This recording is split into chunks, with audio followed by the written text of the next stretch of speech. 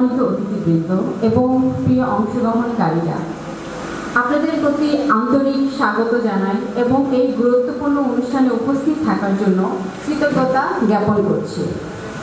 সেই সাথে beans chairman S N. Goswami স্যারের প্রতি কৃতজ্ঞ।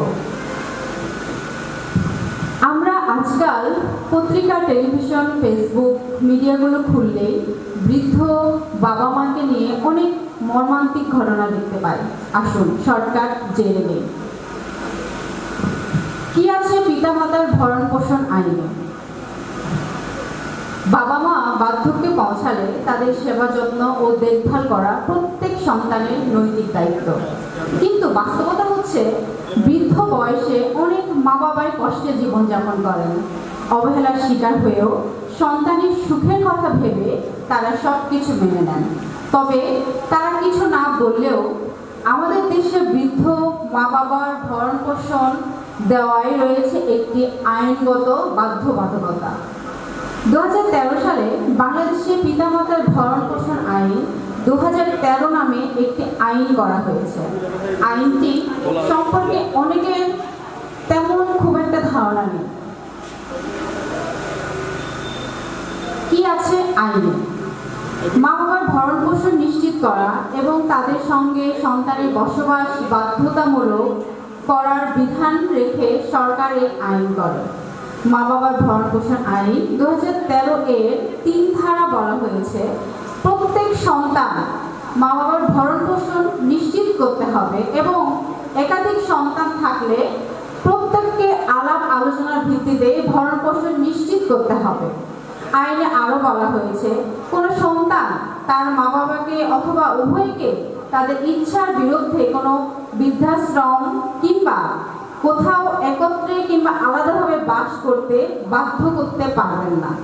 সন্তানেরা তাদের মা বাবার স্বাস্থ্য সম্পর্কে নিয়মিত খোঁজ খবর রাখবেন, প্রয়োজনীয় চিকিৎসা সেবা ও পরিচর্যা করবেন। শুধু তা না, মা বাবাকে নিয়মিত সঙ্গ প্রদান করার কথাও আইনে বলা আছে।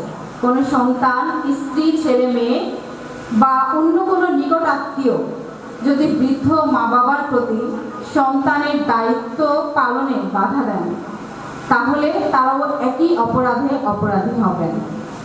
তাদের এই আইনের অধীন শাস্তির আওতায় আনা হবে।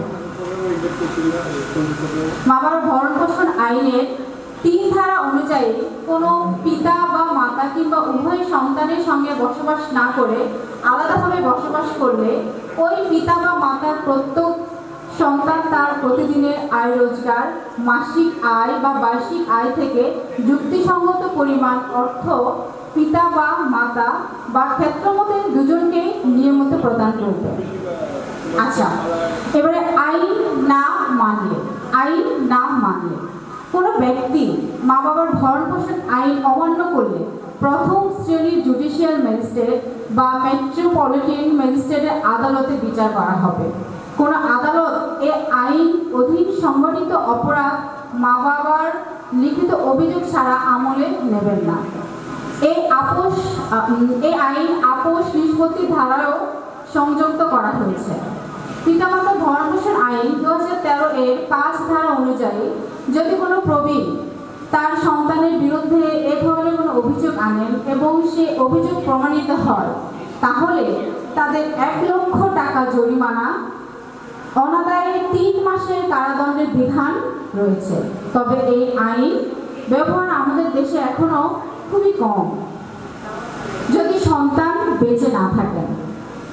2013 সালে করা পিতামাতার ভরণ পোষণ আইন এর নির্দেশনা অনুসারে পিতামাতার ভরণ পোষণ বিধিমালা 2023 তৈরি করেছে সমাজ কল্যাণ মন্ত্রণালয়।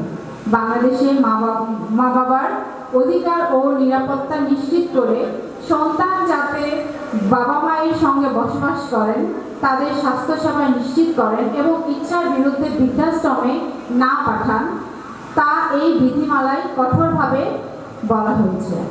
কোনো সন্তান যদি কোনোভাবে মা বাবাকে নিজের কাছে রেখে ভরণ পোষণ করতে না পারেন, তবে বিধিমালা অনুযায়ী সরকারি বা বেসরকারি পরিচালিত পরিচর্যা কেন্দ্রে রেখে তাদের পরিচর্যার ব্যবস্থা করা যেতে পারে।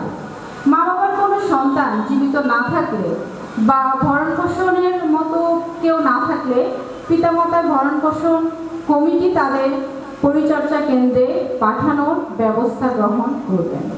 বিধিমালা অসহায় মা বাবার সহযোগিতার জন্য সরকারি অনুদান এবং দেশি বিদেশি সহায়তায় একটি ভরণ পোষণ তহবিল গঠনের রূপরেখা দেওয়া হয়েছে।